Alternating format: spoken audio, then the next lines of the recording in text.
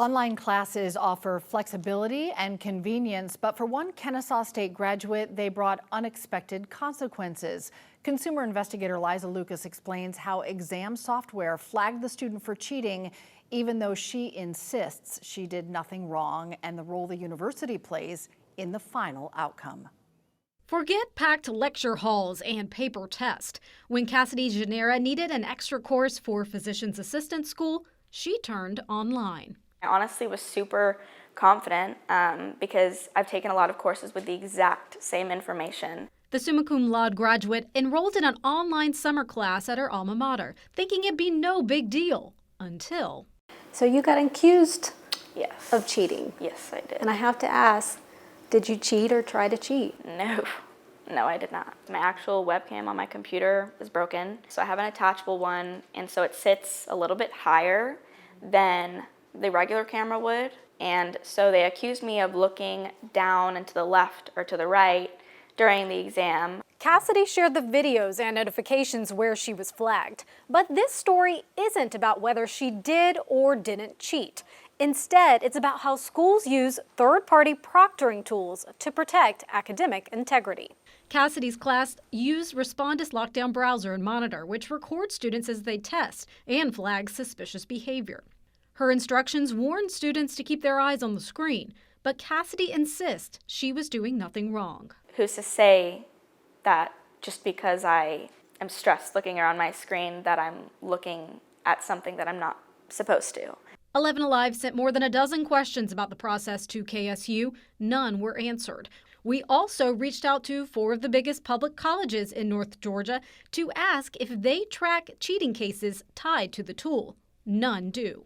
For insight, we turn to David Joyner at Georgia Tech, who specializes in online learning. The digital proctoring tools we use are a way of trying to recreate an exam-like setting in your own home or in your own dorm. While Georgia Tech uses a different platform than Respondus, Joyner says AI basically flags moments while humans decide what they mean.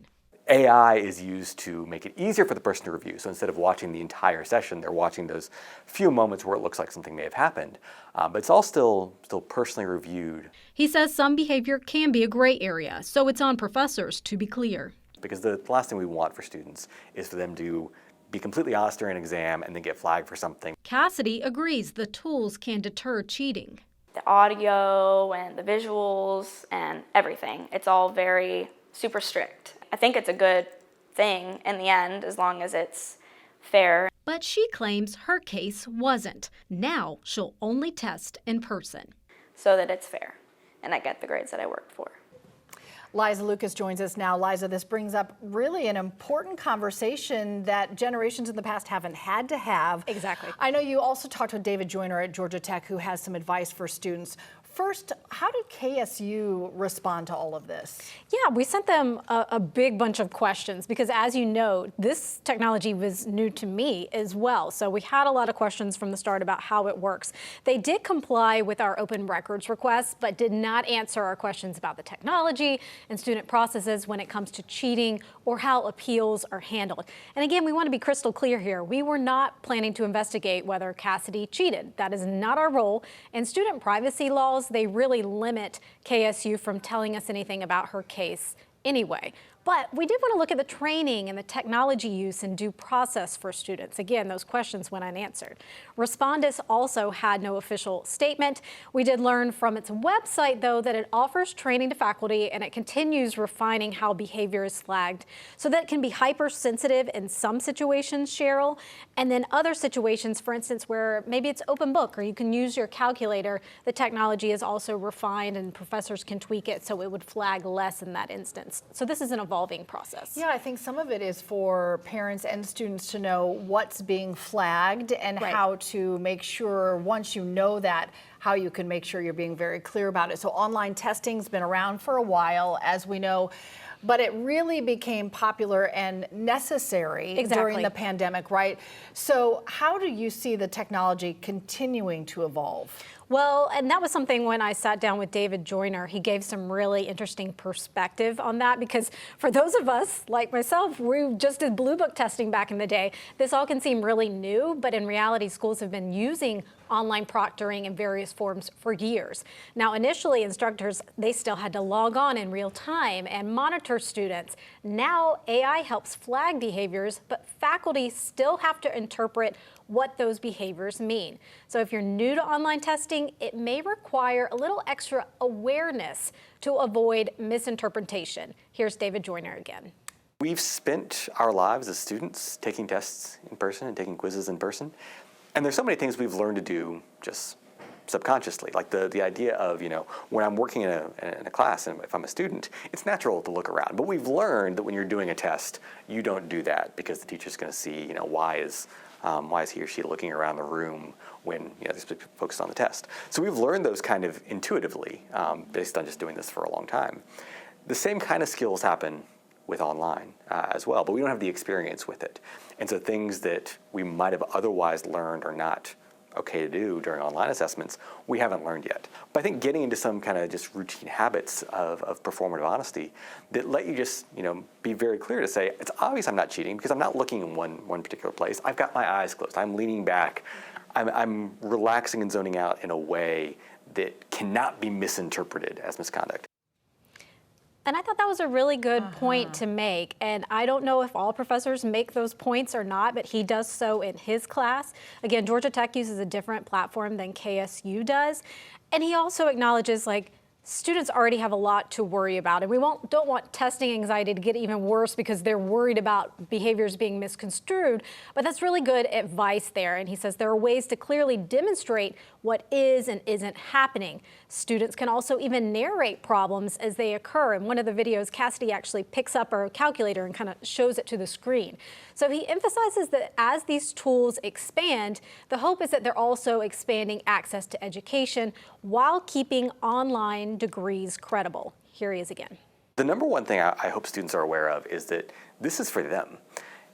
If we want online education to break down barriers, to reduce costs, and to open up access, it has to be trustworthy.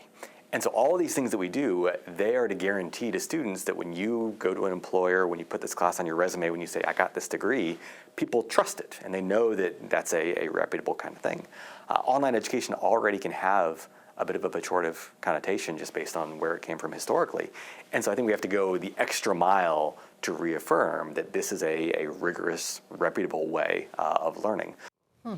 So again, I think we look at Cassidy's case in our story, but there's a larger conversation here about online education, about the parameters that are put in place in terms of proctoring. And he raises those questions as well. And he also points out, Cheryl, that because these sessions are recorded, that can be an advantage for students too. Hopefully they're able to point out, hey, this was happening here when I got flagged, and maybe explain some of that nuance. Now, in Cassidy's case, she does feel like the camera positioning, she had a detachable camera because her regular webcam wasn't working. The camera positioning she felt was a factor. She also has an astigmatism, so she felt that her eyes were wandering that way. Ultimately, she said those explanations were not heard, according to her.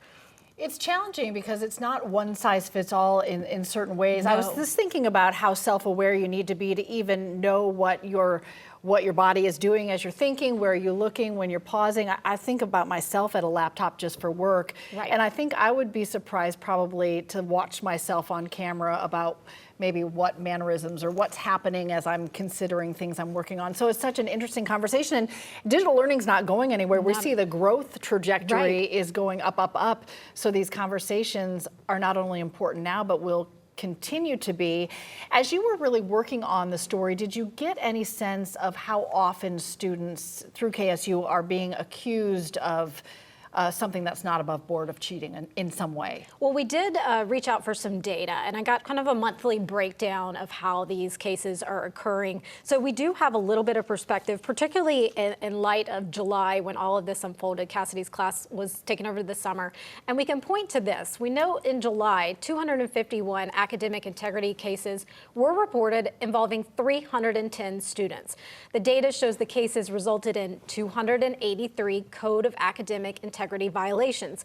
But this isn't like an apples to apples comparison. I mean, you can see those numbers don't completely line up. And so what is not clear from that data is whether one student could have multiple incidents or one incident could involve multiple students. But when we looked at just the number of alleged cases in the spring compared to the summer, when hypothetically you would think that there would be more online classes offered just because people are all over the place, we saw an uptick. Now, whether there's a correlation or causation there, we'd have to go back to the university and find out. And that's something, again, would probably be difficult to do in light of the fact that KSU didn't answer any of our original questions. Yeah, and you look at those numbers and it's a pretty high rate of saying it was a violation. Right. So to your story, it looks like the onus is on the student to be able to really prove something didn't happen, and that's happening a very small percentage of the time. And I think the takeaway is that you want to know what the parameters are up front. You know, you want to know what the professor is going to be looking for in terms of flagged behavior if they're using this technology, so you can stay within those guidelines. And then, hey, be familiar with the appeals process at your school. If you're going to know and be under that level of scrutiny, I would prepare yourself as much as possible. And then, of course, prepare yourself for the test and just focus on that. Yeah, exactly. Well, a lot of takeaways that you've given us. I appreciate that. One, about